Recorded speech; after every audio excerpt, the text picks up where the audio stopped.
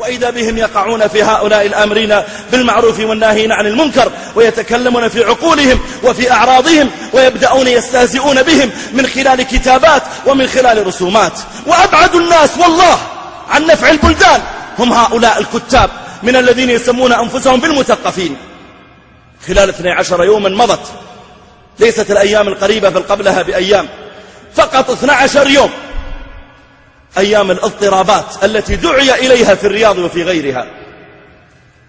في جريدة عكاظ 297 مقال اللي كتب فقط عن هذه الاضطرابات خلال 12 يوم والنهي عنها والدعوة إلى أمن البلد، فقط 5 مقالات من 297 مقال.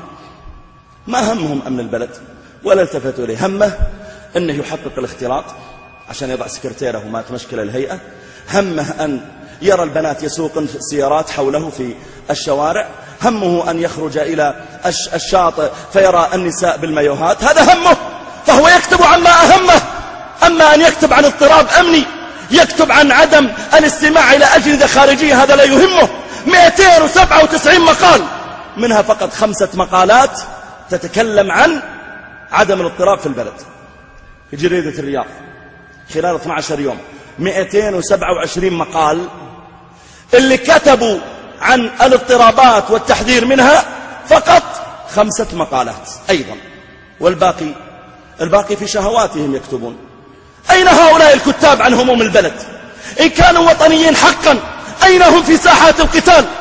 أين هم لما غزا العراق الكويت في تلك السنين؟ لم نرى واحدا منهم معنا في الخفج ولا في حفر الباطن لما كنا نذهب مع الإخوة لأجل أن نخرج العوائل اللي دخلت سياراتهم في الرمال. لم نرى والله إلا أصحاب اللحى والمطاوعة. أين هؤلاء الكتاب الذين يتغنون بالوطن؟ أين أنتم في الأزمات؟ أين هؤلاء الكتاب لما وقع ما وقع من حرب المملكة مع الحوثيين؟ أين هم؟ ذهبت وذهب غيري إلى ساحات القتال ولم نرى والله إلا المشايخ والمطاوع الذين هم يتكلمون عليهم. أين هم في هموم الأمة؟ لا تراهم عندما تقع الأزمات إلا في شوارع لندن وفي باريس. يحرص على أن يكثر أرصدته، أن يقيم علاقات خارجية، أن يحضر الحفلات في السفارات التي يدعى إليها، والله أعلم ماذا يقع عندما يحضرها الحفلات.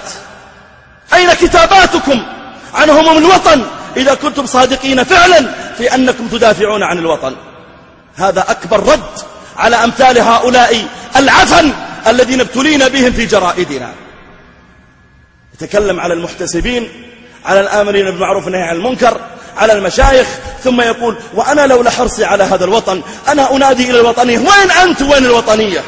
أنت ما تتكلم إلا عما يهم شهوتك ومما يكثر مالك ومما يخدمك عند من جندوك من خارج هذه البلاد. وبلاد الحرمين الشريفين التي جعل الله تعالى أكثر من 1.5 مليار في العالم يتوجهون ويسجدون إلى جهتها إلى الكعبة، هذه أشرف من أن يتكلم فيها أمثال هؤلاء. إن كانوا صادقين فليقفوا فعلا مع وطنهم، إن كانوا صادقين فليقفوا فعلا مع وطنهم عند أزماته، ولا يكتفي أحدهم أن يحمل القلم بيمينه والسيجارة بيساره ثم وربما حمل شيء آخر غير السيجارة ويبدأ يكتب كل يوم مقال يأخذ عليها 1000 ريال. ولو لم يكتب ما يرضي من جندوه لما وصلت إليه هذه 1000 ريال أصلا. ففي دعم خادم الحرمين وفقه الله لهيئات الأمر بالمعروف والنهي عن المنكر رد على أمثال هؤلاء المشككين، هو قطع للألسنة الظالمة، هو إسكات للأفواه المنتنة، هو كبت للظالمين والمفسدين الذين يقولون الذين هم مثل المنافقين الذين لما كان المنافقون في عهد النبي عليه الصلاة والسلام يتربصون بالمؤمنين، الذين يتربصون بكم فإن كان لكم فتح من الله قالوا ألم نكن معكم، احنا شركاء معكم في الوطن ما دام الأمر أمن وسلامة، احنا شركاء في الوطن. الذين يتربصون بكم فإن كان لكم فتح من الله قالوا ألم نكن معكم وإن كان للكافرين نصيب قالوا ألم نستحوذ عليكم ونمنعكم من المؤمنين فالله يحكم بينكم يوم القيامة. والله لا يوقفن الله هؤلاء الكتاب وهؤلاء المفسدين، لا يوقفنهم الله تعالى يوم القيامة في يوم عظيم لا ينفعه قلمه ولا جريدته ولا أرصدته ولا كمبيوتره ولا موقعه ولا من أزه ودفعه.